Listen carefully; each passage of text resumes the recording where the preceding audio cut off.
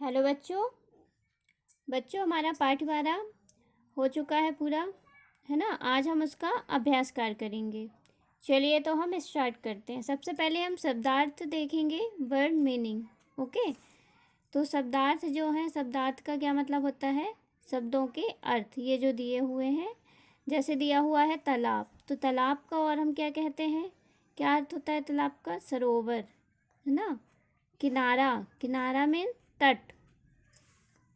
मगरमच्छ, मगरमच्छ क्या है, एक जलीय जीव है, जल में रहता ना, पानी में।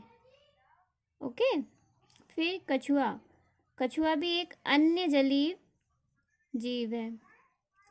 उदास, उदास मीन्स दुखी, मायूस होते हैं ना हम, तो उदास का क्या मीनिंग होता है, दुखी, मायूस। प्राण, जीवन। उपाय, युक्ति।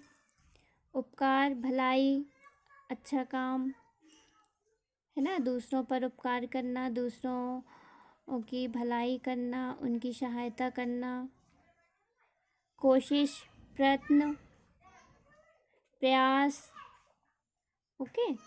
चलिए अब हम अपना अभ्यास कार्य स्टार्ट करते हैं। तो हमारी फर्स्ट एक्सरसाइज है का नंबर की मौखिक प्रश्न, ओरल क्वेश्चंस। पहला क्वेश्चन है, कौन कई दिनों से भूखा था। कौन था कई दिनों से भूखा, मगरमच्छ। कौन था बच्चों, मगरमच्छ कई दिनों से भूखा था। फिर है, मगरमच्छ का मित्र कौन था। कौन था मगरमच्छ का मित्र, तो मगरमच्छ का मित्र कौन था, कछुआ। कौन था, कछुआ।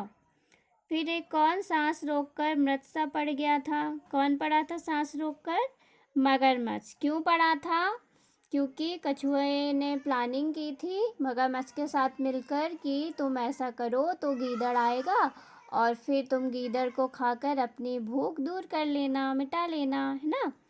चलिए अब खा नंबर में है हमारा, निम्नलिखित प्रश्नों के उत्तर लिखना है। ये जो क्वेश्चंस दिए हुए हैं इनके जो आंसर हैं वो हमें लिखने हैं। पहला है हमारा क्वेश्चन, मगरमच्छ तथा कछुआ गीदड़ को क्यों पकड़ना चाहते थे। क्यों पकड़ना चाहते थे बच्चों, क्योंकि मगरमच्छ को भूख लगी थी, वह गीदड़ को खाकर अपनी भूख मिटाना चाहता था, इसलिए मगरमच्छ और कछुआ किसको पकड़ना चाहते थे, गीदड़ को पकड़ना चाहते थे। ओके। फिर है हमारा सेकेंड क्वेश्चन, मगरमच्छ तथा कछुए ने गीदड़ को पकड़ने के लिए क्या योजना बनाई, क्या प्लानिंग की, है ना। तो क्या योजना बनाई उन्होंने गीदड़ को पकड़ने के लिए, मगरमच्छ सांस रोककर मृत होने का नाटक कर रहा था, है ना। गीदड़ को पकड़ने के लिए क्या करता है मगरमच्छ, सांस रोककर मृत होने का नाटक करता है। फिर थर्ड नंबर का क्वेश्चन है, गीदड़ को कैसे पता चला कि मगरमच्छ मरा नहीं है। तो जो गीदड़ था वह मगरमच्छ के सांस लेने से गीदड़ को पता चल जाता है कि मगरमच्छ जिंदा है, क्योंकि जब हम जिंदा होते हैं तभी तो हम सांस लेते हैं ना। तो मगरमच्छ की सांस चल रही थी। जब गीदड़ मगरमच्छ को घास से ढकने के लिए मगरमच्छ के पास जाता है तो गीदड़ देखता है कि मगरमच्छ की सांस चल रही है। फिर है,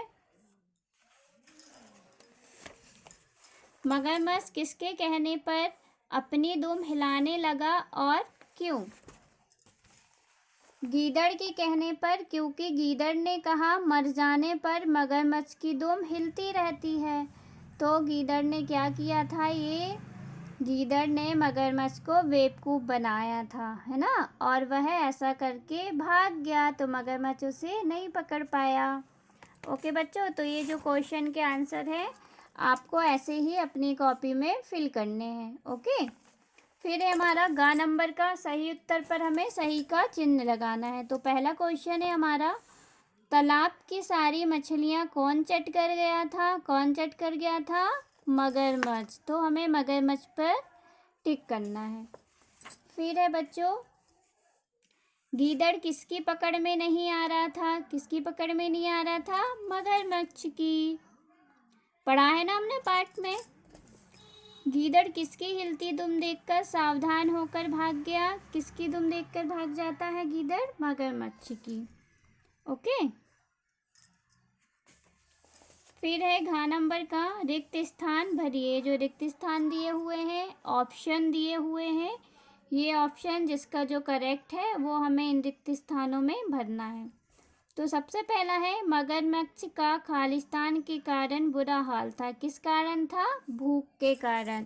इसलिए वह गीदड़ को अपना शिकार बनाना चाहता था, क्योंकि वह तालाब की सारी मछलियां को चट कर गया था।